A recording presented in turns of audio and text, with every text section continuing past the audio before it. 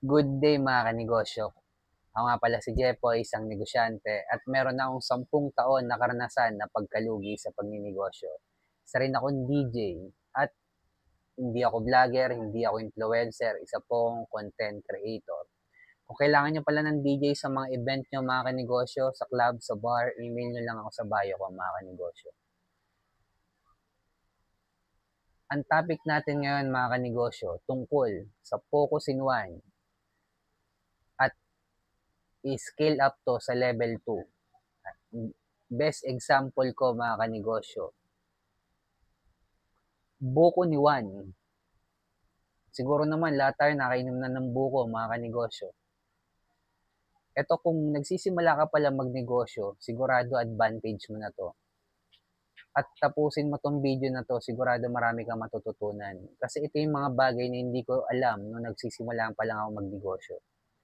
At kung nagninegosyo ka naman na, malamang ito yung dahilan kung bakit hindi lumalaki yung negosyo mo. Ito muna kwento mga kanegosyo. Nagkaroon ako ng sari-sari store na pagkalugi, barbecuehan, sunod kong negosyo. Tunay na negosyo to mga kanegosyo, hindi networking ah. Bilyaran, nalugi din. Tapos ngayon rental. Ang pinakamarami akong lesson mga kanegosyo, yung sari-sari store.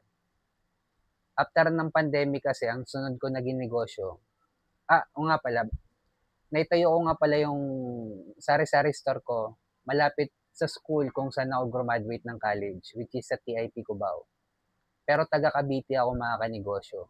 Nagbo-boarding house lang ako doon, malapit sa TIP. At after ko rin graduate, hindi na rin ako umalis doon sa pinagbo-boarding house ko kasi nagka-work ako agad eh. Mga 2 years din ako nag-work. Pero gusto ko talaga na magnegosyo. At bakit sari-sari store? Una, hindi ako marunong magluto. Hindi ko pa alam yung ibang skills ko. Basta gusto ko lang muna i-try muna. So, ang pambansang negosyo kasi sa Pilipinas, sari-sari store. Actually, pang-anim akong sari-sari store na nakapaligid dun sa TIP, mga kanegosyo. May 5 ng existing. Pero ako ang pinakamahal ng benta. Although kahit pareho kami ng tinitinda, mas mahal pa rin ako. Kunyari, piso, ganun. Mas mahal ako ng dos.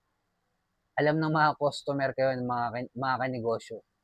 Pero malupit naman kasi yung serbisyo ko, kaya hindi sila umaalis sa akin.